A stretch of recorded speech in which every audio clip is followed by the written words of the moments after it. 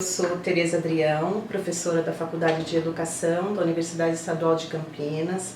Estou muito feliz com esse convite da campanha para iniciar esse diálogo com vocês. Um diálogo que aqui no Brasil a gente já vem travando com entidades da sociedade civil, que tem por objetivo mapear e se contrapor aos processos de privatização da educação, especialmente da educação básica. Primeira questão que é importante frisar é a presença crescente das corporações transnacionais, aqui no Brasil especialmente as vinculadas ao mercado editorial, e há entidades do chamado terceiro setor, que em verdade são caracterizados como filantropos de risco ou filocapitalismo, como a própria OCDE classifica, e que passam a disputar as orientações e a própria definição das políticas públicas, além de ofertar, vender para o Estado diferentes formas de políticas educacionais, políticas curriculares, assessorias de gestão,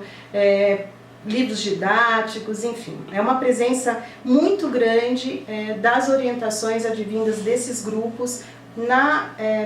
proposição das políticas públicas, especialmente as levadas a cabo pelos municípios. A disputa sobre ou pelos fundos públicos, ela, no caso da educação básica, ela se apresenta ou ela incide sobre o que o GREP caracteriza como 3 dimensões, Então, ela incide sobre a gestão da educação. Então, existem estratégias de privatização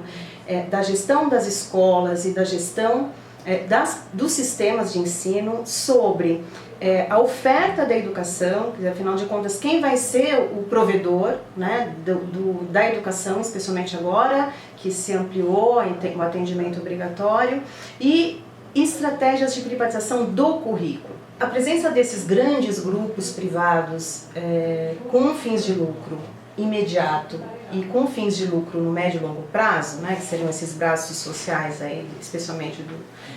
setores financeiros, elas são relativamente recentes, E, num certo sentido, materializam no Brasil a globalização e o modelo de privatização que a gente tem acompanhado e se contraposto que ocorre em nível mundial. Uma segunda forma desses grupos atuarem, além da disputa pelas orientações das políticas, é a venda, a produção e a venda de material educacional, do que aqui no Brasil se chama sistema privado de ensino, que em verdade é o conjunto das políticas educativas.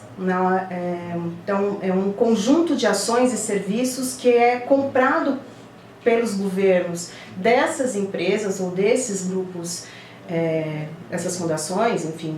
esses institutos, que envolvem avaliação das escolas, avaliação dos estudantes, material didático, formação docente, enfim, é o conjunto do projeto político educacional de determinado governo, que basta estar subordinado às orientações e à lógica de reprodução e acumulação do capital, portanto de lucro, dessas corporações. Uma outra forma de privatização que tem chegado recentemente no Brasil e que também eu tenho estudado é a ampliação dos formatos de conveniamento, a criação, a institucionalização dos modelos que nos Estados Unidos se chama de charter school. Nós temos no Brasil esse tipo de organização, de oferta educacional para as creches, Então nós temos muitos convênios com o setor privado, sem fins de lucro, para a oferta da creche, do atendimento às crianças de 0 a 3 anos, mas nós não temos, até o momento, a transformação das redes públicas, dos sistemas públicos, das escolas públicas de ensino em redes geridas pelo setor privado. E isto, hoje, inclusive pela defesa de parte desses grupos privados, que eu acabei de relatar, se apresenta como uma possibilidade muito concreta em muitos estados e municípios do Brasil.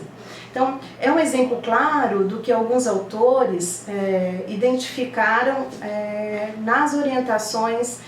do Banco Mundial a partir da Agenda 2020, né? Quer dizer, a lógica é uma tentativa de transformação da própria ideia do que vem a ser um sistema público de ensino, né? Enfim, nós estamos, além disso, no Brasil, numa conjuntura bastante delicada, vocês, companheiros, devem estar acompanhando, e mais do que nunca, né, o chamado que a campanha faz para a articulação daqueles que defendem, né, a manutenção e ampliação da educação como direito se torna fundamental. Várias implicações que nos fazem ser contrários a essa presença do setor corporativo, direto ou indiretamente na definição, na gestão e na implementação de políticas educacionais do Brasil. Vou destacar duas, que é a subordinação, né, das decisões políticas à lógica do lucro. Primeira coisa. Portanto, rompe com o pressuposto da educação como um direito, especialmente da educação como um direito humano, né? E a segunda é a completa ausência de controle social sobre isso, sobre as decisões implementadas por essas empresas e corporações, né? Então, uma construção, a construção dos últimos 20 anos, né, que buscou estabelecer, instituir conselhos democráticos de acompanhamento e da definição de políticas educativas, né, que buscou criar e instituir estratégias de transparência no gasto com os recursos públicos, à medida em que esses recursos são destinados ao setor privado, quer dizer, além da lógica ser a lógica do interesse do setor privado, o controle público sobre ele é extremamente minimizado. Fica o convite para que a gente se conheça mais, para que os trabalhos, as lutas possam ser trocadas. No final do vídeo, o pessoal da campanha vai colocar o blog do GREP,